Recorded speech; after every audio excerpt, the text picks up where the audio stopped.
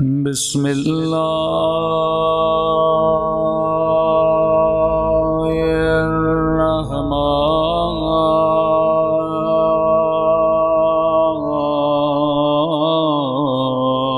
الرحیم۔ سورۃ الفاتحہ۔ بسم اللہ الرحمن الرحیم۔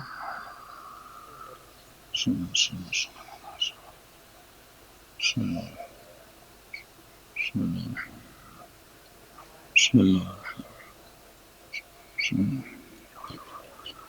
ربنا تقبل منا انک انت السمیع العلیم۔ صلوات پڑھیں محمد وعلی محمد۔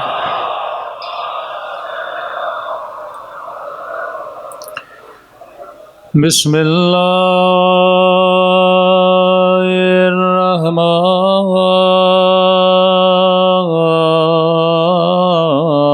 الرحیم۔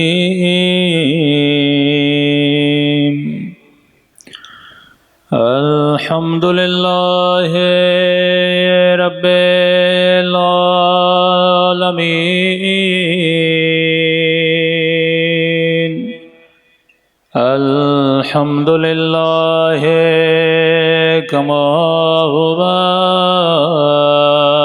أهله۔ الصلاة والسلام على سيد المرسلين وخاتم النبيين أبي القاسم محمد، اللهم صل وعلى آله الطيبين الطاهرين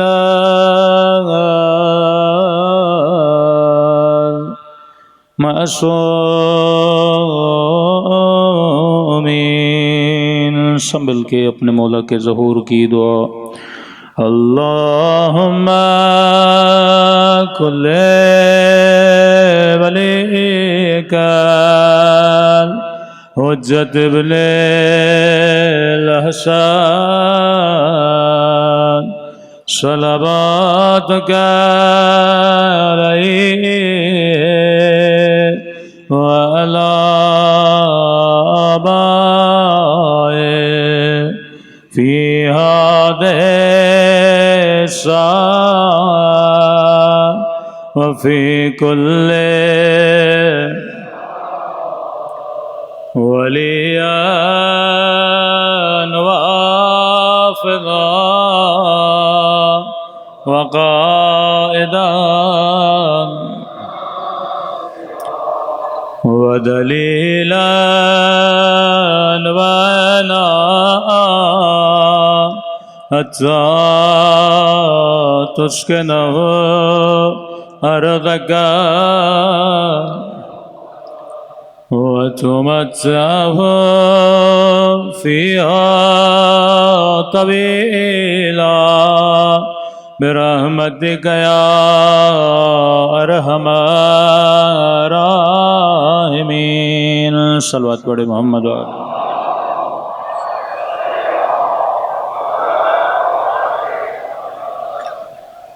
بسم اللہ الرحمن الرحیم۔ رب اشرح لی صدری ویسر لی امری واحلل عقدۃ من لسانی یفقهوا قولی۔ اما بعد فقط قال سبحانہ وتعالی فی محکم کتابہ ان الحسین مصباح الہدی وسفینۃ النجات۔ صلوات پڑھے محمد وعلی محمد۔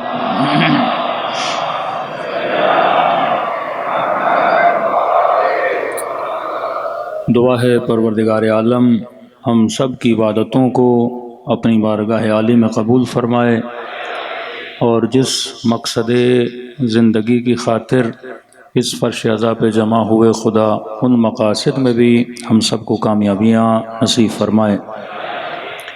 مسلسل آپ کی خدمت میں عرض کر رہے ہیں کہ کربلا ایک واقعے کا نام نہیں ہے، کربلا ایک تحریک کا نام ہے۔ کربلا ایک قصے کا نام نہیں ہے، کربلا ایک ریولیشن کا نام ہے۔ کسی قصے کو بیان کرنے کے لیے کوئی قوم اربوں روپیہ نہیں لگاتی، کروڑوں روپے خرچ نہیں کرتی۔ کسی قصے کو سنانے کے لیے لوگ ماؤں بہنوں کے ساتھ فرش عزا پہ جمع نہیں ہوتے۔ قصہ سننا ہوتا تو گھر میں کتاب سے پڑھ لیتے، قصہ سننا ہوتا ٹی وی پہ دیکھ لیتے۔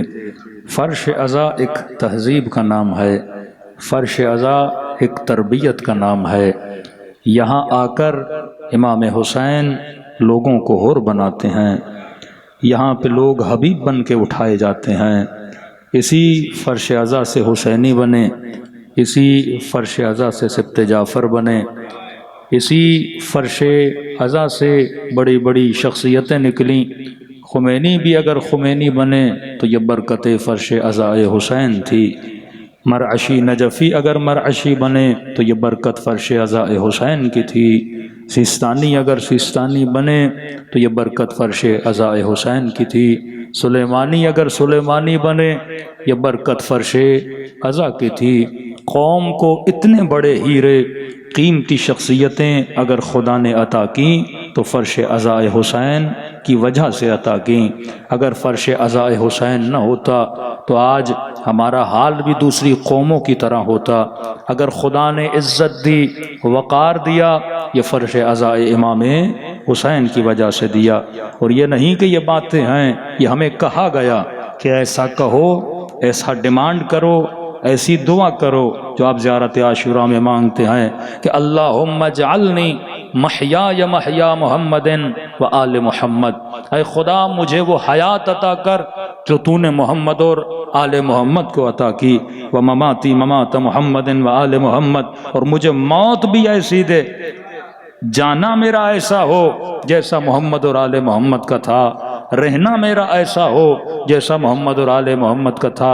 اور یہ دعا جب آپ کرتے ہیں کہ معکم فی الدنیا والآخرہ، مولا میں یہ چاہتا ہوں کہ اللہ مجھے آپ کی معیت عطا کرے، آپ کا ساتھ عطا کرے، تو یہاں 5 منٹ کے لیے روک کر سوچا کریں یہ ساتھ کس چیز کا ساتھ ہے؟ کیا یہ ساتھ بدن حسین کا ساتھ ہے، جسم حسین کا ساتھ ہے؟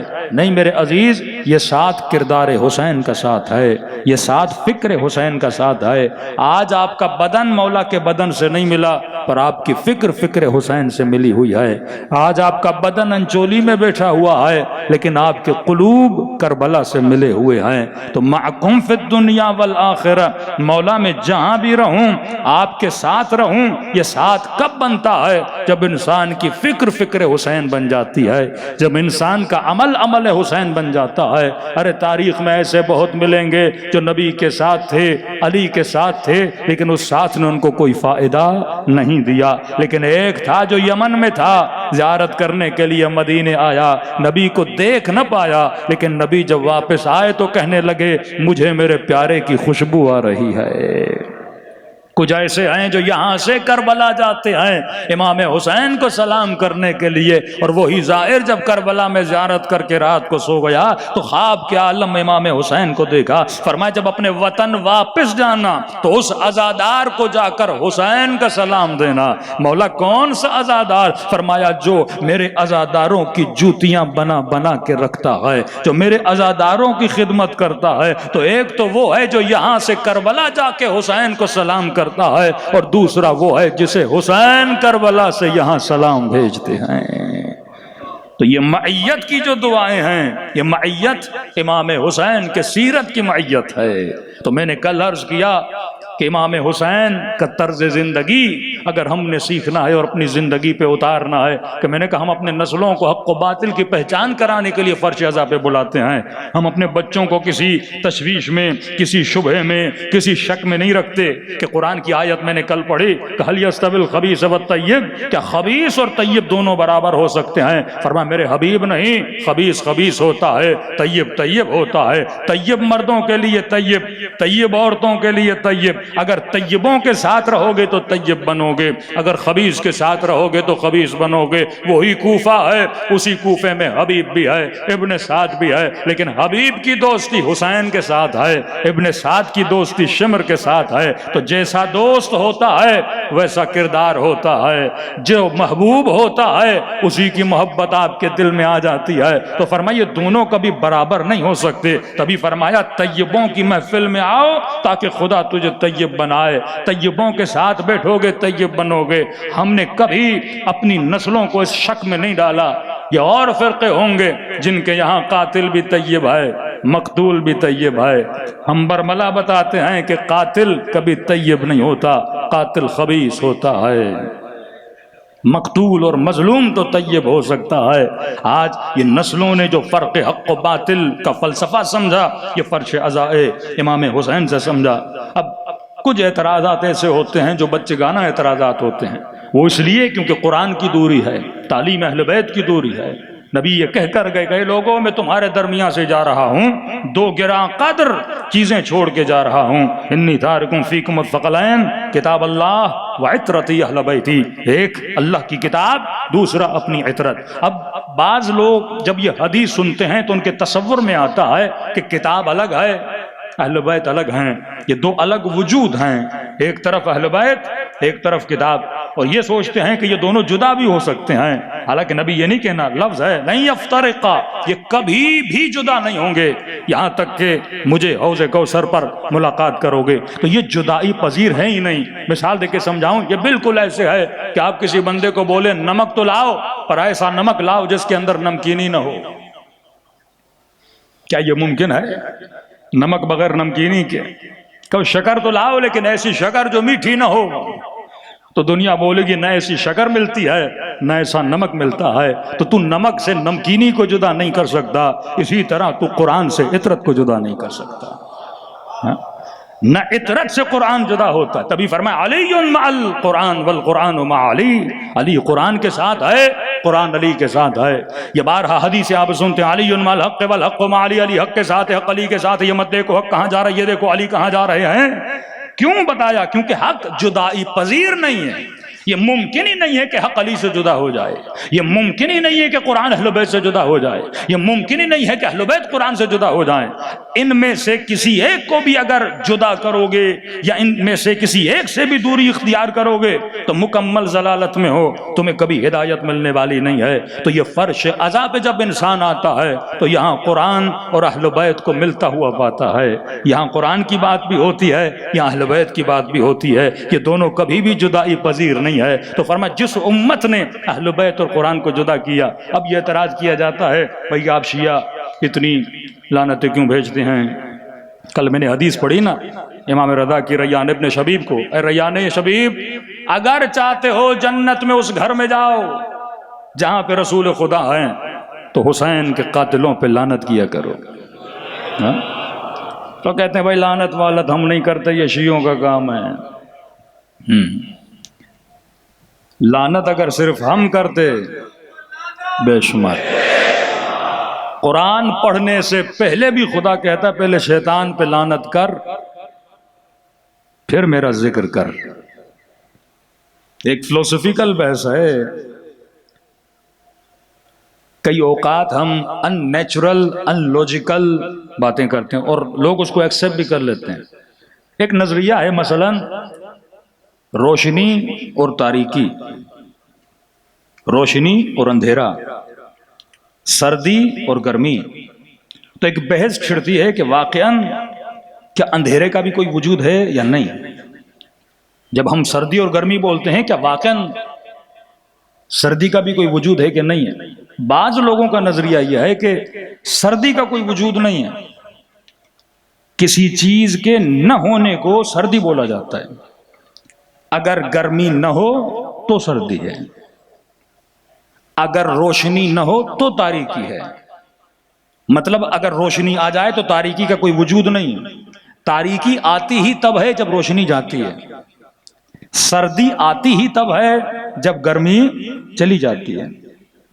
بغض بھی بالکل اسی طرح ہے، بغض کا اپنا کوئی وجود نہیں ہے، جب محبت آتی ہے تو ساتھ میں بغض بھی لاتی ہے، یہ لازم و ملزوم ہے۔ یہ ممکن نہیں کہ آپ کے دل میں محبت ہو اور بغض نہ ہو، کیونکہ جس کی محبت ہوتی ہے اسی کے دشمن سے بغض ہوتا ہے۔ خود بخود بغض وجود میں نہیں آتا، محبت آئے گی تو بغض آئے گا۔ جب کہہ دیا قل لا اسألکم علیہ اجرا الا المودۃ فی القربى، کہ میرے قربا سے مودت کرو، تو آٹومیٹیکلی قربا کے دشمنوں سے بغض بھی پیدا ہونا چاہیے۔ یہ نہیں ہو سکتا کہ آپ مودت کرو اور بغض نہ ہو، یہ ناممکن ہے۔ اگر حرارت ہے اس کے جانے سے گرمی آئے گی، سردی آئے گی، اگر روشنی ہے لائٹ چلی گئی تو اندھیرا آ جائے گا۔ اسی طرح یہ کیسے ممکن ہے کہ کسی کے دل میں محمد کی محبت ہو اور ابو لہب کا بغض نہ ہو؟ ارے اس بغض کا اظہار تو خدا کر رہا ہے، یعنی خدا کے دل میں بھی محمد کے دشمنوں کا بغض ہے۔ مثال دے رہا ہوں، اما لتب الحطب تبت یدا ابی لہب، کیونکہ نبی کا دشمن ہے تو اللہ کا بھی دشمن ہے۔ تو کیسے ممکن ہے کہ کسی کے دل میں علی کی محبت ہو پر دشمن علی کا بغض نہ ہو؟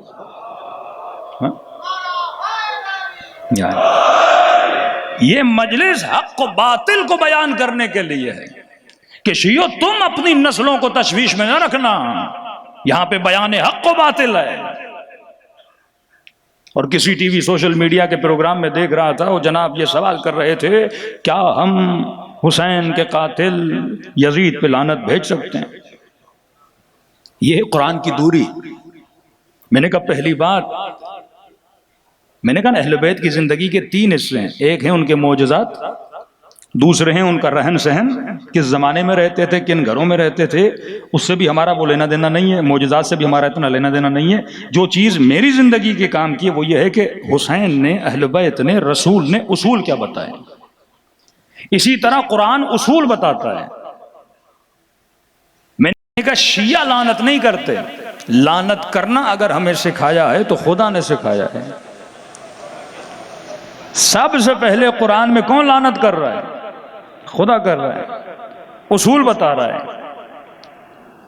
جب کہا ان اللہ مع الصادقین، طیب اور خبیث دونوں کا ذکر ہے، خدا کن کے ساتھ ہے؟ سچوں کے ساتھ ہے۔ اب یہ تیرا کام ہے تاریخ میں جا کے ڈھونڈ کہ سچا کون تھا، جھوٹا کون تھا، لیکن خدا ہے سچے کے ساتھ۔ یہ نہیں ہو سکتا کہ دو لوگ ہیں، دونوں ایک دعویٰ کر رہے ہیں اور تم بولو دونوں سچے ہیں، یہ نہیں ہو سکتا، ان میں سے سچا ایک ہے۔ جب لعنت کی بات آئی تو more than 40 ٹائم پروردگار عالم نے قرآن میں لعنتیں بھیجی ہیں، نام نہیں لیتا، اصول بتاتا ہے۔ لعنت اللہ علی القوم الظالمین، خدا کی لعنت ہے ظالموں پر۔ جب خدا نے کہہ دیا کہ ظالموں پہ لعنت ہے، پھر مفتی سے سوال بنتا ہی نہیں کہ یزید پہ لعنت بھیجوں یا نہ بھیجوں۔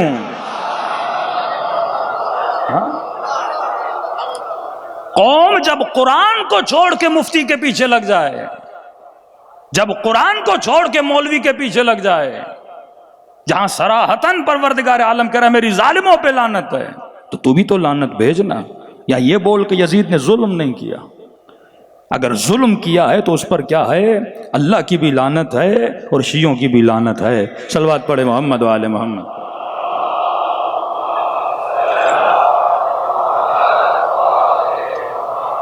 وعجل فرجهم پیش۔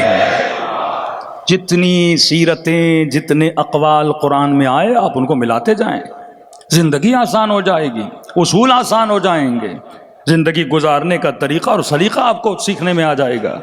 اب تین چیزیں، وہ نبی ہو، امام ہو، تین چیزیں ان کی زندگی میں، ایک ان کے معجزات، ان کا علم، ان کی عصمت۔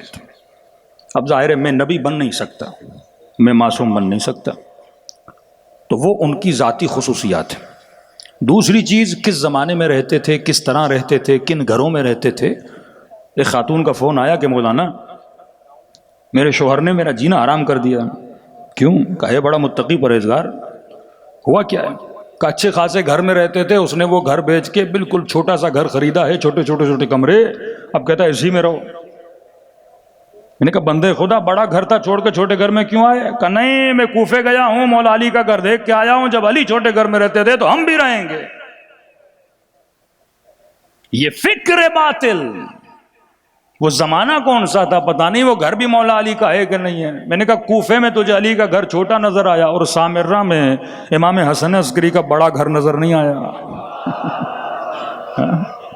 یہ معیار تھوڑی ہے کہ صوفیاء کی طرح صوف پہنتے تھے، ریچھ کی کھال پہن کے آتے تھے اور امام رضا کو کہتے تھے دیکھ ہم ہیں تیرے بابا کی سیرت پہ چلنے والے، آپ نے تو بہترین لباس پہنا ہوا ہے.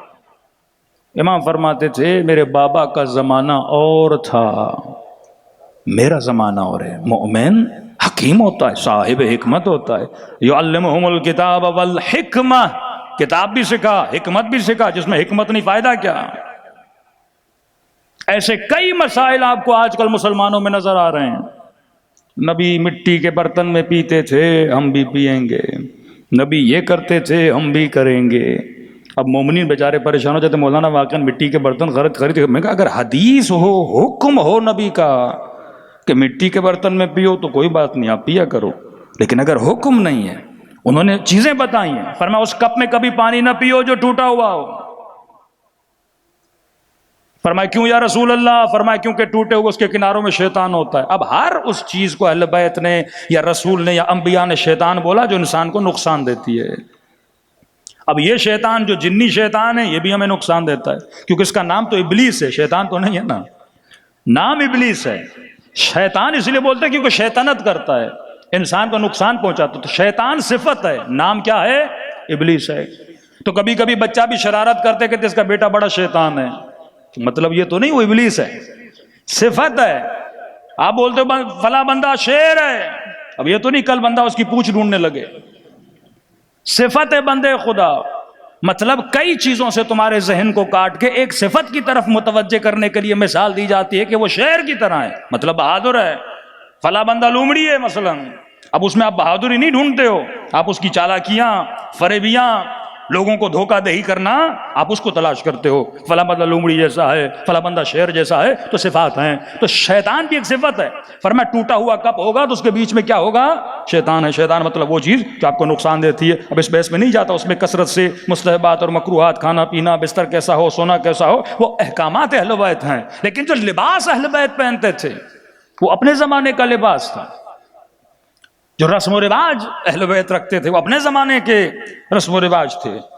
تمہیں اپنے زمانے کے حساب سے چل رہا ہے، لیکن اصول یہ اہل بیت، جو اہل بیت نے اصول بتائے، جو طرز بتایا، اس کے مطابق لباس پہنو. لباس حیا، لباس عفت منع نہیں کیا. اب یہ انسان خود بتا سکتا ہے کہ لباس حیا کیا ہوتا ہے، لباس عفت کیا ہوتا ہے. حیا کا معیار اہل بیت کے یہاں کتنا ہے یا آپ اس کے کلام سے، اہل بیت کے پہناوے سے سمجھ سکتے ہو. صلوات پڑھیں محمد والے محمد پر.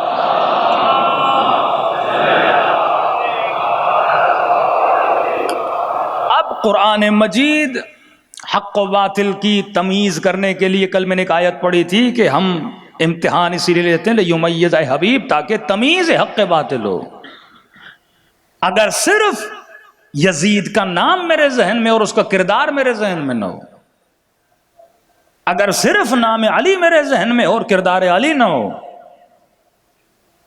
بعض شعار جو واقعاً قوموں میں، یہ شعار کی بڑی اہمیت ہوتی ہے، جو سمبلز آپ بناتے ہیں اپنی قوموں کے لیے، سلوگنز بناتے ہیں کہ علی کا طرز زندگی منافقت کی موت ہے، یہ بہترین سلوگن ہے. مطلب اگر علی کی طرح زندگی گزارو گے تو منافقت کو موت آ جائے گی. علوی معاشرے میں کبھی منافقت نہیں ہوتی. کہ یہ قرآن کی آیت طیب طیبوں کے لیے، خبیث خبیثوں کے لیے. امام حسن نے جب صلح کی اور دربار امیر شام میں گئے، امام نے یہ آیت پڑھی اور کہا کہ ہم وہ طیب ہیں جس کا ذکر پروردگار عالم قرآن میں کر رہا ہے. دنیا کو خوف ہے کہیں مذہب علوی دنیا میں نہ پھیل جائے. تبھی جرمن کا بڑا فلسفر اور پولیٹیشن لکھتا ہے، کہتا ہے اہل غرب، اے ویسٹرن ورلڈ کے رہنے والوں، تم لوگوں کو بنی امیہ کی شخصیتوں کے پتلے سونے سے بنا کر اپنے جرمنی کے مین چوک پہ لگانے چاہیے. لوگوں نے کہا ایسی باتیں کیوں کر رہے ہو؟ کہ اگر یہ نہ ہوتے تو آج مغرب میں علی کی فکر پھیل جاتی ہے، آج پورا ویسٹرن ورلڈ مسلمان ہوتا. یہ فکر تکفیر کہاں سے نکلی؟ یہ فکر داعشی یہ کہاں سے نکلی؟ یہ ظلم، یہ قتل، یہ غارت کہ مسلمان کی مسجد میں نماز نہ پڑھ سکے، فرمایا اگر وہ نہ ہوتے آج پورے عالم اسلام کو علوی دین نے پھیلا دیا ہوتا، کیونکہ ایکسیپٹنس اتنی ہے اس دین کی۔ مشہد مقدس کے کتاب خانہ تھا امام رضا پہ، وہاں پہ 2 جلد کتاب تھی، امر بالمعروف اور نہی عن المنکر۔ اسلام کی نگاہ سے کتاب کا لکھنے والا کرسچن بندہ ہے، کہتے ہیں ہماری سوسائٹی میں اگر کوئی بندہ کسی کو مار رہا ہوتا ہے کوئی بچانے نہیں جاتا، کیونکہ کانسیپٹ آف امر بالمعروف اور نہی عن المنکر نہیں ہے۔ کوئی برا کرے اس کے خلاف کوئی بولتا نہیں، کیوں کانسیپٹ نہیں ہے۔ وہ مردہ سوسائٹیز ہوتی ہیں جن میں امر بالمعروف نہیں ہوتا۔ بندہ بولے میں اپنے گھر میں رہ رہا ہوں، اگلا جو کر رہا ہے کرے، اگلا بندہ فلاں بندے کو مار رہا ہے مارتا رہے، میرا کیا جائے۔ فرمایا ہماری سوسائٹیز میں یہ ہوتا ہے، لیکن نبی نے اگر زندہ معاشرے بنائے، وہ زندہ بنے اسی لیے کیونکہ امر بالمعروف تھا، اور رسول کے جانے کے بعد اسی چیز کو دبایا گیا۔ اگر کوئی حاکم پہ اعتراض کرتا تھا قتل کر دیا جاتا تھا، اسے باغی بولا جاتا تھا، اسے واجب القتل کہہ کر مار دیا جاتا تھا، اس کے مال کو اس کے ناموس کو حلال قرار دیا جاتا تھا۔ یہ وہی روشیں تھیں جس کو امام حسین نے توڑنا چاہا۔ فرمایا وہ معاشرہ کبھی زندہ نہیں رہتا۔ کبھی مومن کو برا نہیں لگنا چاہیے اگر اگلا مومن تمہاری برائی تمہارے سامنے اعلان کر رہا ہے، بلکہ اس کا شکریہ ادا کرو کہ مومن یہ تمہاری مہربانی ہے کہ تم نے مجھے میرا عیب بتایا، کیونکہ مومن ہی تو مومن کا آئینہ ہوتا ہے۔ صلوات پڑھے محمد و آل محمد پر۔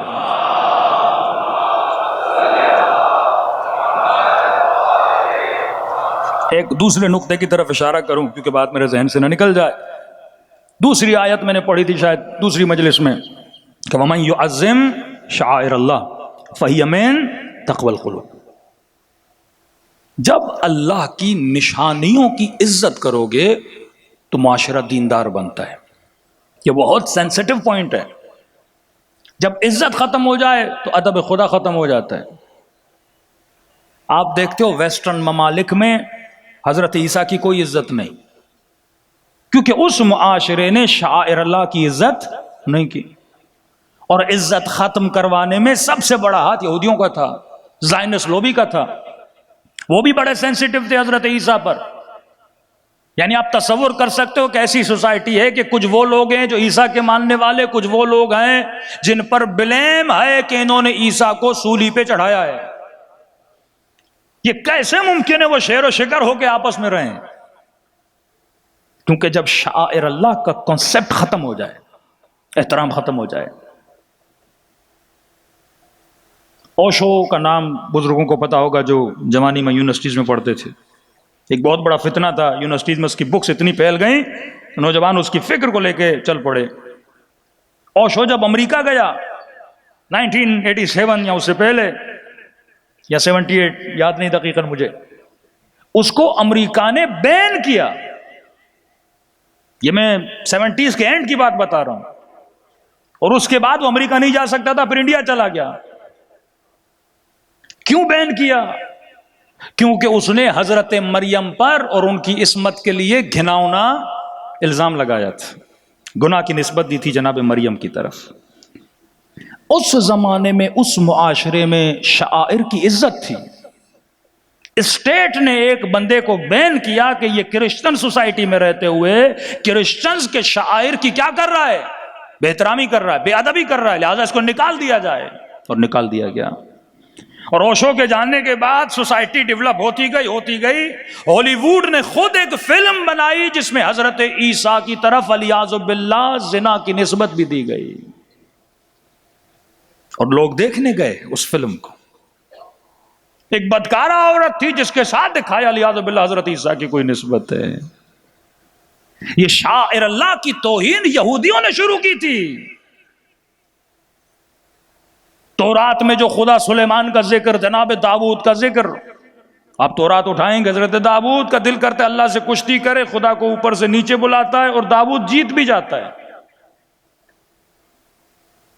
حضرت سلیمان کا قصہ، اپنے سپاہی کی بیوی پہ عاشق ہو جاتے ہیں والعیاذ باللہ، اسے مروا دیتے ہیں کسی جنگ میں اور اس سے شادی کرتے ہیں، پوری نسل انبیاء کو دکھاتے ہیں والعیاذ باللہ یہ نسل صحیح نہیں ہے۔ تبھی خدا بار بار کہتا شجر طیبہ شجر خبیثہ، شجر طیبہ شجر خبیثہ۔ دشمن یہی تو چاہتا ہے کہ مکس ہو جائیں دونوں نسلیں، لوگوں کو پتہ ہی نہ چلے نسل طیب کیا ہے اور نسل خبیث کیا ہے۔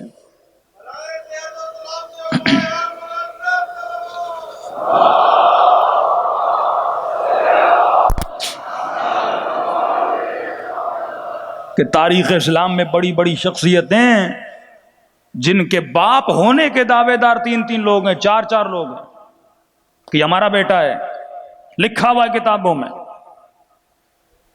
لیکن نہیں چاہتا کوئی مفتی کوئی مولوی کہ لوگوں کو خبیث اور طیب کی پہچان دلائی جائے۔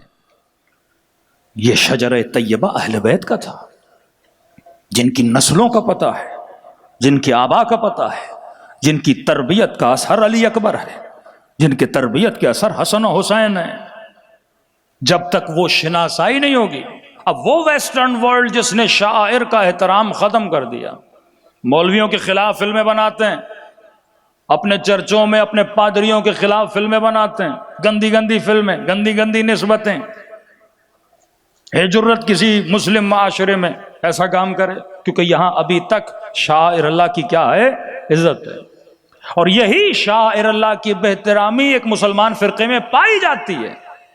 مسجدوں کو اپنا امام بارگاہوں کو گراؤ، مزاروں کو گراؤ، علموں کی بہترامی کرو، امام بارگاہوں کو آگ لگا دو، یہ شاعر اللہ کی بہترامی۔ اور آپ دیکھتے ہیں ان کے یہاں قرآن کی بھی کوئی عزت نہیں۔ سعودی عرب جا کے کبھی دیکھیے، پاؤں پہ کبھی قرآن پڑا ہوتا ہے، پاؤں پہ کبھی ریل پڑی ہوتی ہے، کوئی عزت نہیں، کوئی احترام نہیں۔ سویا ہوتا ہے، ٹانگیں رسول خدا کے روزے کی طرف ہوتی ہیں، کوئی احترام نہیں۔ یہ وہی زائنسٹ لوبی کا فرقہ جو کیونکہ شاعر کی عزت ختم تو خدا کی عزت ہی نہیں ہے نا۔ اگر احترام حسین نہیں تو احترام خدا کہاں سے آئے گا؟ اگر احترام علی نہیں تو احترام نبی نہیں، اگر احترام نبی نہیں تو احترام خدا نہیں۔ یہ سلسلہ چلتا ہے۔ اب شاعر کا احترام نہیں، پھر ماں باپ کا بھی احترام نہیں۔ آپ اس سوسائٹی میں بیٹے کو فون آتا ہے، باپ مر گیا، کہتا ہے بزی ہوں میٹنگ میں، دفنا دو، پیسے بھیج دوں گا، کوئی احترام نہیں ہے۔ یہ بار بار جو آپ دیکھتے ہیں قرآن کو جلایا جا رہا ہے، رسول خدا کے کارٹون بنائے جا رہے ہیں، کیوں؟ کیونکہ ایک بار آپ نکلو گے، 2 بار آپ نکلو گے، 3 بار آپ نکلو گے، 4 بار نکلو گے، لیکن سن سن کر آپ کے ذہنوں کو عادت ہو جائے گی۔ پہلی بار کوئی گالی دے بندے کو غیظ و غضب آتا ہے، بدبخت گالی کیوں دے رہا ہے؟ دوبارہ گالی دے، غصہ تھوڑا کرے گا، گالی کیوں دے رہا ہے؟ تیسری بار دے، چوتھی بار دے، ختم۔ پہلی بار ڈرے گا باپ کے سامنے، بھائی کے سامنے سگریٹ پیے، کہیں ڈانٹ نہ دے، لیکن آہستہ آہستہ وہ قبح ختم ہو جاتا ہے۔ یہ ریپیٹڈلی بہترامی کرنے کا مطلب یہ ہے کہ شاعر کی عزت ختم ہو جائے، لیکن ہم بھی ریپیٹڈلی مجالس بپا کر کے اپنی نسلوں میں شاعر کا ادب پیدا کرنا جانتے ہیں۔ یہ ادب اہل بیت اس مجلس سے بندہ سیکھتا ہے، ادب گفتگو فرش ازا سے سیکھتا ہے۔ اب قرآن کی آیت سنیے، اور کل سے انشاءاللہ تعالی امام حسین کی ایک ایک اصول کہ مولا کی وجود میں وہ کون سی صفت تھی، اور ہم دیکھیں ہمارے وجود میں صفت ہے کہ نہیں، پھر اس صفت کو دیکھنے کی نشانیاں کیا ہیں، وہ بھی انشاءاللہ کلام اہل بیت سے بیان کی جائیں گے۔ صلوات پڑھیں محمد و آل محمد۔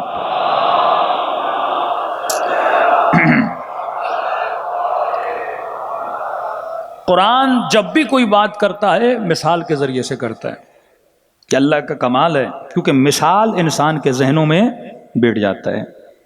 کبھی قصہ سناتا ہے، قصے لوگوں کو یاد رہ جاتے ہیں۔ علمی ترین دلیل مثال کے ذریعے سے کرتا ہے۔ قرآن کی آیت سورہ ابراہیم، الم تر کیف ضرب اللہ مثلا، کیا تم نے نہیں دیکھا ہے حبیب تیرا خدا جب مثال دے رہا ہے، کلمۃ طیبۃ کشجرۃ طیبہ، طیب کلمہ، سمجھو اللہ ایک پاک انسان کی مثال ایک درخت سے دے رہا ہے، کیونکہ ہمارا جتنا مائنڈ ہے مٹیریلسٹ ہے، جب تک مٹیریل مثالیں نہ دی جائیں تب تک ہم سمجھتے نہیں ہیں۔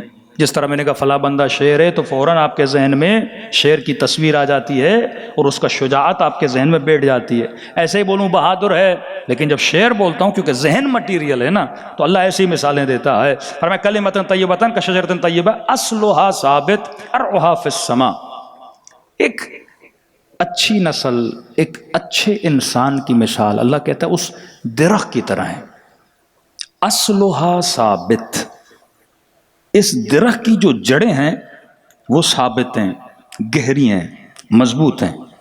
جب کان المؤمن کا جبل الراسخ، مومن کی مثال ایک مضبوط پہاڑ کی طرح ہے۔ پہاڑ کیوں بولا؟ پہاڑ جتنا باہر ہوتا ہے 3 گنا اندر ہوتا ہے۔ فرمایا اس کی مثال اس درخت کی طرح ہے جس کا اصل ثابت ہے، جس کی جڑیں مضبوط ہیں۔ مومن کے وجود میں کبھی لرزہ نہیں ہوتا۔ مثلا 10 دن محرم کے ایام میں تو بڑا مومن ہے، 10 دن کے بعد بدل جائے، 10 دن ایثار بھی کرے، سخاوت بھی کرے، با ادب بھی ہو، لیکن 10 دن جیسے ختم ہو جائیں ویسا نہ ہو۔ فرمایا اور وہ جو شجر خبیث ہے اس کی مثال اس کی اصل ہے ہی نہیں، وہ زمین پہ پڑا رہتا ہے، کبھی ہوا لگتی ہے ادھر جاتا ہے کبھی ادھر جاتا ہے، لیکن جو مومن ہے اس کی جڑیں مضبوط ہوتی ہیں۔ ایسا نہیں آج حسن ابن علی کے لشکر میں ہے اور کل امیر شام کے لشکر میں چلا جائے، آج حسین کی تعریفیں کرے کل یزید کی تعریفیں کرنے لگے، اور وہاں پہ پروردگار عالم پھر شعراء کی بات کرتا ہے۔ فرمایا کچھ ایسے والشعراء یتبعہم الغاوون الم تر انہم فی کل واد یہیمون۔ ایک بہت بڑے شاعر تھے حسان بن ثابت، غدیر خم میں جب رسول نے علی کی ولایت کا اعلان کیا تو مولا علی کی فضیلت میں بڑی شعر و شاعری کرنے لگا۔ رسول نے کہا بارک اللہ فیک، اللہ تجھ پہ رحمت نازل کرے، لیکن تب تک جب تک تو علی کے ساتھ ہے، کیونکہ کچھ ہی دن اور کچھ ہی مہینوں اور کچھ ہی سالوں میں پھر کسی اور کی تعریفیں کرنے لگا۔ فرمایا ایسے شاعر کو کیسا ہونا چاہیے؟ فرمایا یتبعہم الغاوون الم تر انہم فی کل واد یہیمون۔ شاعر ایسا نہیں ہوتا کہ آج اس کی تعریف کرے کل اس کی تعریف کرے۔ ایک لفظ ہماری پاکستانی سوسائٹی میں بڑا مشہور ہے، لوٹا۔ یہ آیت ایسے لوگوں کے لیے ہے۔ لوٹا آپ کسے بولتے ہو؟ آج میرا کل تیرا، ہاں؟ کبھی پیسے کی خاطر، کبھی پریشر کی خاطر، کبھی ڈر کی خاطر، کبھی ادھر مڑتے ہیں کبھی ادھر مڑتے ہیں، کیونکہ ان کا اصل ثابت نہیں ہے، ان کا کوئی نظریہ نہیں ہے۔ اللہ کہتا ہے مومن لوٹا نہیں ہوتا، مومن کا اصل مضبوط ہوتا ہے۔ اگر علی کے ساتھ ہے تو ہاتھ کٹ بھی جائیں میسم کی طرح کبھی علی کو چھوڑتا نہیں ہے، ہاں؟ اگر اہل بیت کے ساتھ ہے تو مر بھی جائے لیکن اہل بیت کو چھوڑتا نہیں ہے، کیونکہ اصلھا ثابت، اس کی جڑیں کیا ہیں؟ مضبوط ہیں۔ ایمان میں، عقیدے میں سر کٹا تو سکتا ہے پر اپنے دین پہ کبھی کمپرومائز نہیں کر سکتا۔ وَفَرْعُهَا فِي السَّمَاءِ، جب اصل ثابت ہو جاتا ہے تو اس کی جو شاخیں ہیں پھر وہ آسمان کی طرف ہوتی ہیں۔ اس کا کنیکشن کس کے ساتھ بن جاتا ہے؟ پروردگار عالم کے ساتھ بن جاتا ہے۔ تیسری صفت پروردگار عالم نے بتائی، فرمایا تؤتی اکلھا کل حین، جب ایسا درخت ہو اور ایسا مومن ہو، فرمایا یہ ہر لمحہ باثمر رہتا ہے۔ آپ تصور کریے سائنس ترقی کر جائے، کیونکہ دنیا کا کوئی بھی ایسا درخت نہیں ہے جو 12 مہینے ہریالی ہو، جس میں 2 درخت ہیں، ایک درخت نخل، دوسرا زیتون کا درخت، یہ سرسبز رہتے ہیں، لیکن کوئی ایسا درخت آپ کو دنیا میں نہیں ملے گا جو 12 مہینے پھل دے۔ اللہ کہتا ہے مومن ایک ایسا درخت ہے، کل حین، ہر لمحہ اگر اس سے پھل لینا چاہو یہ پھل دینے کے لیے تیار ہوتا ہے۔ یہ مومن کا کردار، یہ مومن کی رفتار، اس کے وجود میں تبدیلی نہیں آتی کہ آج تو کل دوست سے بڑی اچھی اچھی باتیں کرے لیکن 21 گریڈ کا آفیسر بن جائے، 22 گریڈ کا آفیسر بن جائے، اب تو مڑ کے بھی نہ دیکھے جناب آپ تو نیچے اور ہم اوپر ہیں، کہ نہیں، ہمیشہ پھلدار ہوتا ہے۔ اس کے وجود میں تکبر، اس کے وجود میں عجب، اس کے وجود میں بڑا پن، یہ تبدیلیاں اس کے وجود میں نہیں آتی، ہمیشہ سیم رہتا ہے، سادہ رہتا ہے۔ اور اس کی اعلیٰ ترین مثال علی کے صحابی جناب سلمان فارسی ہیں۔ ملتا ہے مولا علی سلمان فارسی کو مدائن کا گورنر بنا کر علی بن طالب نے بھیج دیا، سلمان چلے گئے مدائن۔ کل حین، ہر لمحہ پھل دینے والا، وجود میں کبھی تبدیلی نہیں آتی، موسم کی سردی اور گرمی اس کے پھل کو روکتی نہیں، حالات واقعات اس کو پھل دینے سے روکتے نہیں ہیں، یہ ہمیشہ وجود خیر ہوتا ہے، ہمیشہ احسان کرتا رہتا ہے۔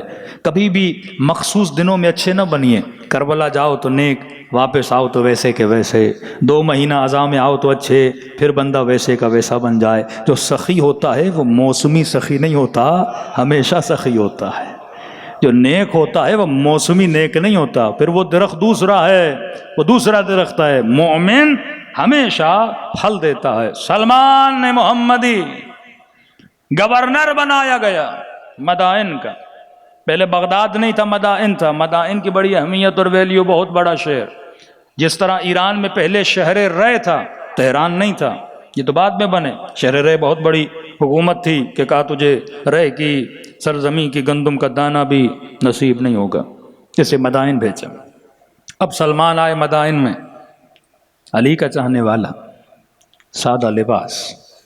دیکھو یہ نہیں میں گورنر بنا ہوں تو لباس بدل جائے، طریقہ بدل جائے، سواریاں بدل جائیں، ہاں ہمارے ایٹیٹیوڈ بدل جاتے ہیں لوگوں کے، جیسے کوئی پتہ نہیں اللہ نے بہت بڑا درجہ دے دیا ہے، جناب کا چلنا، جناب کی بات کرنا، ہر چیز بدل جاتی ہے۔ ہاں یہ سلمان محمدی ہے، یہ علی کا گورنر ہے۔ علی ابن ابی طالب جب خلافت پر آئے، کوفے کے اندر داخل ہوئے، فرمایا اے اہل کوفہ، یہ علی کا لباس ہے، یہ علی کی سواری ہے۔ اہل کوفہ گواہ رہنا، جب حکومت کو چھوڑ کے جاؤں تو جو لے کر آیا تھا وہی لے کر جاؤں گا۔ اکاؤنٹیبلٹی آف اہل البیت علیہ الصلوۃ والسلام۔ جناب سرکاری آفیسر بنا، لیکن جب ریٹائر ہوا تو کروڑوں روپے لے کے جا رہا ہے، تیرے ابا نے دیے تھے، کس کے لے کے جا رہا ہے تو؟ اوپر سے لے کے نیچے تک جتنے آفیسر ریٹائر ہوتے ہیں اربوں روپیوں کے مالک بن جاتے ہیں۔ وہ سود جس کے لیے رسول فرمائے سود کھانا، سود دینا، بالکل ایسے ہے جیسے خانہ خدا میں اپنے محرم سے زنا کرنا۔ حکومت ہاں یہ عالم سے پیسے لیں، پھر ان پیسوں کو لوٹیں، پھر ان کا قرضہ کون ادا کرے گا؟ یہ بیچارہ اپنے بجلی کے بل سے، وہ گیس کے بل سے، سارے ٹیکسز عوام پر۔ اور وہ امیر المومنین کہہ رہے ہیں کہ عادل حاکم کی نشانی یہ ہے جو لباس پہن کر آیا تھا وہی واپس لے کر جائے۔ آج صرف اتنا لکھا جائے نا کہ جناب جب آفیسر بنے 20-22 گریڈ کے، تنخواہ کتنی تھی؟ مثلا 1.5 لاکھ، 2 لاکھ، چلو 4 لاکھ، 20 سال ڈیوٹی کی، ملٹی پلائی بائی 20 کریں، کتنے لاکھ بنتے ہیں؟ اتنے ہی لاکھ اس کے پاس ہونے چاہیے نا۔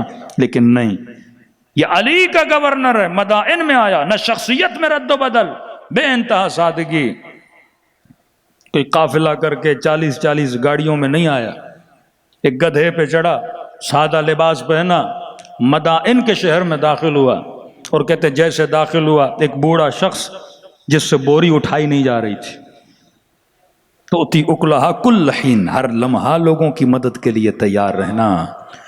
یہ نہیں کہ میں گورنر ہوں تو 2 سپاہیوں کو بلاؤں تاکہ اس کی مدد کریں، خود اترا اپنی سواری سے، اور اترنے کے بعد اس کی بوری اٹھائی۔ لباس ایسا تھا، وہ بوڑھا کہتا میں نے سمجھا کوئی کولی ہے، کوئی مزدور ہے، کہتا ہے گھر تک لے گئے، میں نے کہا ٹھیک ہے گھر جا کے مزدوری دے دوں گا۔ جب گھر میں اس نے بوریاں رکھیں اور سلمان جانے لگا تو اس نے کچھ درہم نکالے، کہا آپ نے بڑی میری خدمت کی، لہٰذا یہ چند درہم رکھ لیجئے۔ سلمان نے کہا تو درہم اپنے پاس رکھ، تجھے اگر کوئی کام ہو تو گورنر ہاؤس آ جانا۔ پریشان ہوا کہ آپ کون ہیں؟ کہ علی کا گورنر ہوں۔ فوراً سلمان کے ہاتھوں کا بوسہ دیا کہ جب علی کا گورنر ایسا ہے تو علی کیسا ہوگا۔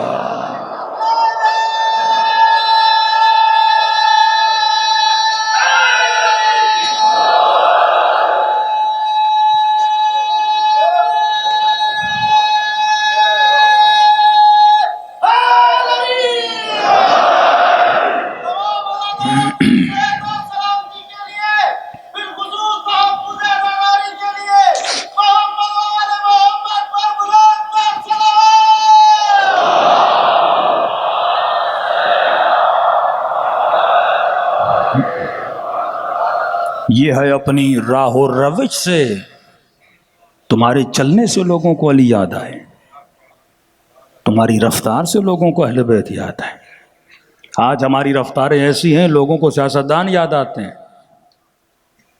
لوگوں کو دنیا دار لوگ یاد آتے ہیں، انا پرستی، میں، وہ سادگی جو عزاداریوں میں پائی جاتی تھی، وہ چیزیں ختم ہوتی جا رہی ہیں۔ ابھی صرف جنگ ہے نام و نمود کی، ابھی صرف جنگ ہے میں کی۔ جزا میں پہ نہیں ملتی، جزا تیرے خلوص پہ دی جاتی ہے۔ سلمان کو پتا تھا سب کچھ چھوڑ کے چلے جانا ہے، کتنی سادگی سے ابا عبداللہ الحسین کربلا ہے۔ ہاں، اور بہترامی کر رہا ہے، لیکن حسین بڑے ادب سے بات کر رہے ہیں، بار بار اسے احساس دلانا چاہتے ہیں دیکھ تو کس سے باتیں کر رہا ہے۔ بد دعا تک نہیں دی حسین ابن علی نے کربلا میں۔ دو لوگ ہیں یا تین جن کو امام نے بد دعا دی، وہ بھی اس لیے دی کہ جب امام حسین نماز پڑھنے لگے تو اس لعین نے کہا کہ حسین تیری نماز کیا قبول ہوگی جو تو نماز پڑھ رہا ہے؟ اور امام نے خیموں کی حفاظت کے لیے چاروں طرف خندق کھدوائی، اس میں آگ جلائی تاکہ کوئی خیام حسینی کی طرف نہ آئے، اور یہ جملہ بولا کہ حسین تو نماز پڑھ رہا ہے، تیری نماز قبول ہوگی، اور یہ جو آگ تو نے جلائی ہے الیاذ باللہ، اسی آگ میں تو نے جانا ہے۔ اس وقت امام نے فریاد کی تیرے وجود میں ادب نہیں، تو نے قرآن کی آیت نہیں پڑھی، مودت کی آیت نہیں پڑھی، کہ خدایا جیسے ادب اہل بیت نہیں اسے اسی آگ میں جلا۔ کہتے ہیں اسی خندق کے کنارے پہ کھڑا تھا، پاؤں اس کا لڑکھڑایا اور اسی آگ میں گر کے جل کے مر گیا۔ اور جب خیموں پر حملہ آور ہوئے نا تو فریاد بلند کی ہے کوئی حرم رسول کو بچانے والا؟ بندہ جب بے ادب ہو تو قاتل حسین بنتا ہے۔ پتھر مارتے تھے، کہتی تھی پتھر مارو لیکن میرے حسین کو باغی نہ کہو، میرا حسین نمازی ہے۔ دلوں کو کربلا لے جائیں، دعا کریں خدا ادب حسین نصیب کرے۔ السلام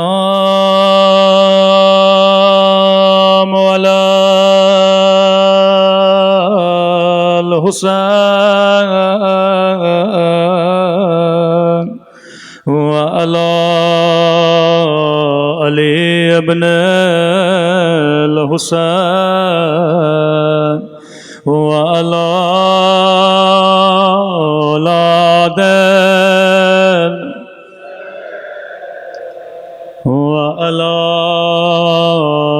صحابہ، بلند آواز سے السلام علی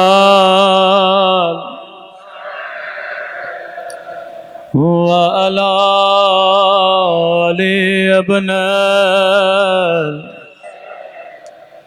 وعلی اولاد وعلی صحابہ، بلند آواز سے السلام علی الحسین وعلی علی ابن وعلی اولاد وعلی صحابہ۔ نگاہ پانی پہ پڑی، زار و قطار رونے لگے، نگاہ گوش پہ پڑی، زار و قطار رونے لگے۔ کسی جوان کی شادی میں جاتے رو کے کہتے ہائے میرا ولی اکبر،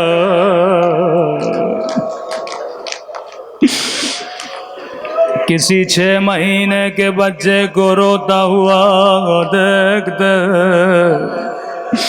کہتے ہائے میرا علی اصغر۔ کوئی مومن کہتا مولا میری 4 سالہ بچی ہے، کہتے کبھی منہ پہ تماچے نہ مارنا،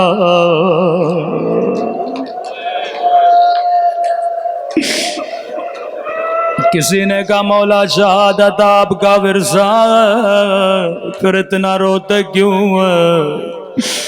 رو کے کہنے لگے علی اکبر کے سینے میں برچھی لگنا میرا ورثہ ہے، 6 مہینے کے بچے کے گلے پہ تیر لگنا میرا ورثہ ہے، لیکن اعتراض کرنے والے تو نے انصاف نہ کیا، کیا ماں بہنوں کے ساتھ شرابی کی دربار میں جانا،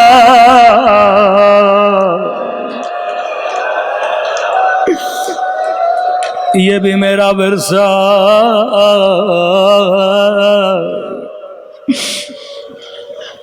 فرمایا عباس جو بیویاں جو بچے ہمارے ساتھ چل رہے ہیں سب کے نام لکھو۔ غازی کہتے ہیں میں نام لکھتا گیا، لیکن جب صغرا کا نام آیا فرمایا عباس صغرا ساتھ نہ چلیں گے، میری بیٹی بیمار،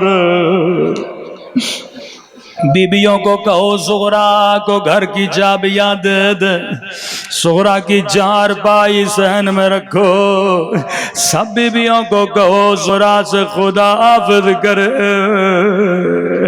بیمار بیوی 4 پائی پہ بٹھائے گئے، ایک ایک بیوی آتی تھی سینے سے لگاتے تھے، کہتی تھی خدا حافظ صغرا۔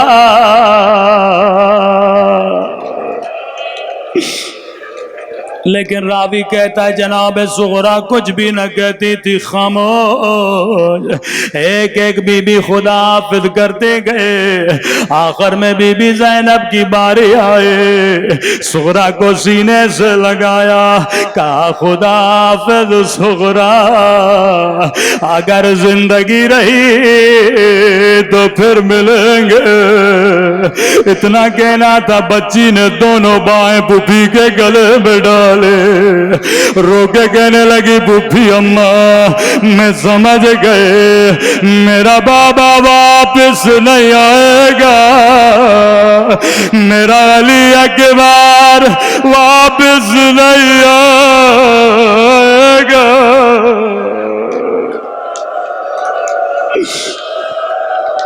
بی بی زینب نے کہا صغرا اس کا علم میرے علاوہ حسین کے علاوہ کسی کو نہیں ہے۔ صغرا کس نے کہا ہم واپس نہیں آئیں گے؟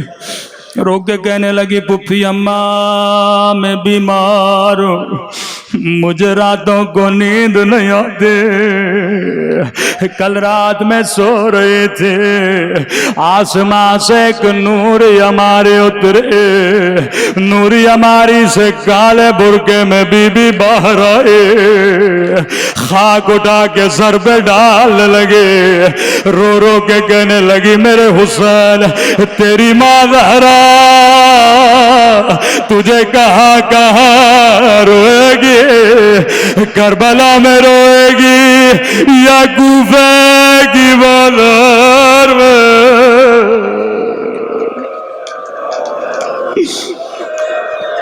بی بی زینب کو بڑا پیار آیا،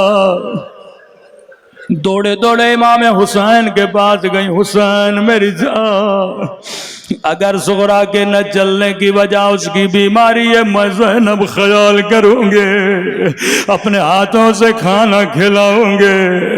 فرمایا نہیں بہن زینب اگر کوئی مجبوری ہے بتا، فرمایا بہن زینب میری مجبوری سمجھو، جتنے بچے چل رہے ہیں کسی کی شکل بابا سے ملتی ہے، کسی کی شکل نانا سے ملتی ہے، کسی کی شکل حسن سے ملتی ہے، لیکن بہن زینب میری صغرا کی شکل میری اماں زہرا سے ملتی ہے۔ میں امام علم غیب جانتا ہوں، میرے جانے کے بعد تیرے ہاتھوں میں رسیاں، تیرے سر سے چادر چھینی جائے گی، میں کیسے برداشت کروں میری اماں کی شبیہ شرابی کی دربار میں؟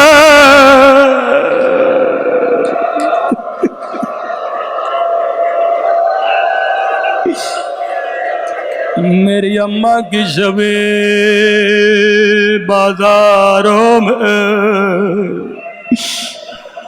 اے خدا تجھے حسین کی غیرت کا واسطہ ہمارے مولا امام زمانہ کا ظہور فرما، ہم سب کو عاقبت بخیر نصیب فرما، قبر و قیامت میں شفاعت حسین نصیب فرما۔